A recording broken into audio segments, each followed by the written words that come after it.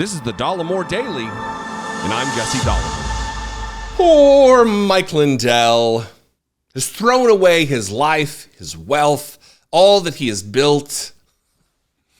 The grift is almost over for the lumpy pillow loser, Mike Lindell. And look, it's a lesson. I would feel sorry for maybe anybody else, but when you endeavor to end democracy in America, when you side with the fascists to try to install white Christian nationalism in this country as the under color of law, you get no sympathy from me.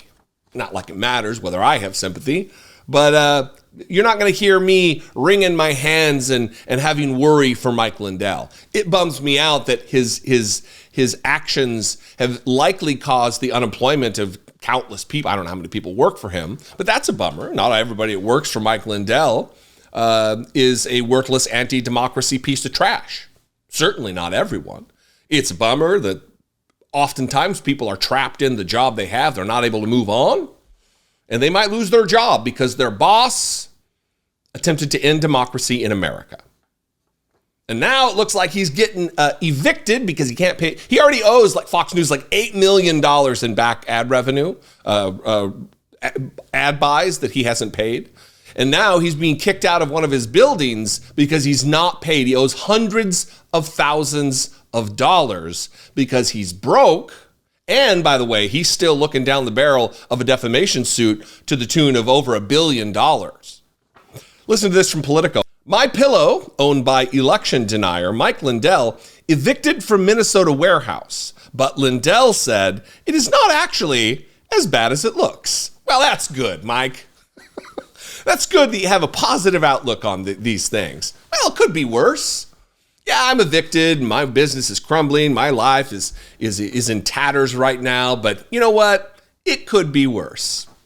A court ordered the eviction Wednesday of MyPillow from a suburban Minneapolis warehouse that it formerly used. But company founder and prominent election denier Mike Lindell said that it's just a formality because the landlord wants to take the property back. Lindell denied in an interview with the Associated Press that the eviction was another sign of his money woes. He said his financial picture is actually improving after a credit crunch last year disrupted cash flow at MyPillow after the company lost one of its major advertising platforms and was dropped by several national retailers. We're fine, he said. Lindell faced a setback last month when a federal judge affirmed a $5 million arbitration award in favor of a software engineer who challenged data that Lindell said proves China interfered in the 2020 election and tipped the outcome to Joe Biden. Lindell acknowledged in January that Fox News stopped running MyPillow commercials amid a billing dispute. A billing dispute. He owes like $8 million. Lindell confirmed Wednesday that MyPillow owes around $217,000 to Delaware-based First Industrial LP for rent for the facility in Shakopee, Minnesota.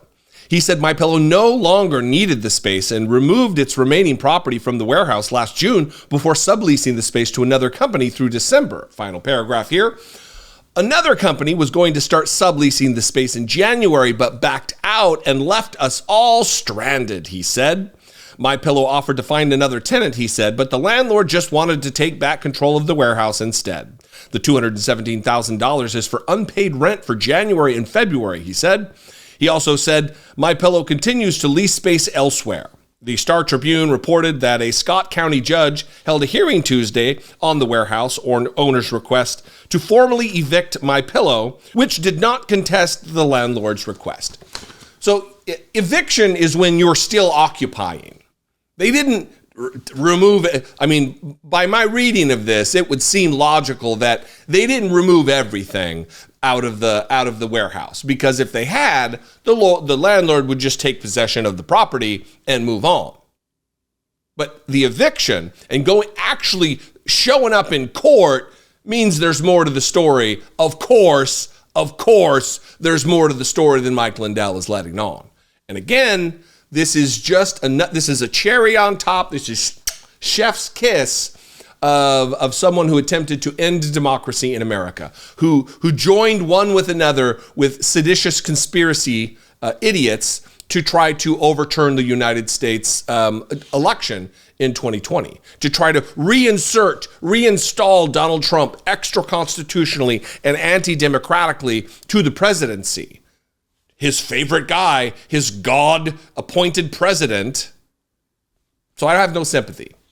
You can do what you want to do, but you're not going to find me crying any tears, dabbing my eyes of any moisture whatsoever that he's on bad times. Again, bummer for the employees. Good thing the job market is going gangbusters right now. It's a good thing unemployment is so low right now because there are jobs out there. You could find one. What do you think? We can have a conversation in the comments. I'd love to hear from you there. You can also call, leave me a voicemail, 714-576-4054. Of course, you can email me as always daily at dollemore.com. I'd love to hear from you. If you appreciate what I do, if I am your flavor of political commentator, if I bring you joy, if I bring you value on a video by video basis, at least $2 worth of value, please consider supporting this work. Click the join button below this video on YouTube. Become a channel member, $2 a month. Go over to patreon.com/IDoubtItPodcast, $2 a month. You can buy some merch, but most importantly, make sure you're subscribed, like and comment on this video, share if that is your thing. I would appreciate it. It helps out a lot, more than you would think. Too much, it helps. There's too much importance put on those metrics. But that's another story for another video that I'll probably never make. I love and appreciate you. Thanks for your engagement. I'll see you next time. Be genuine. Take care of one another.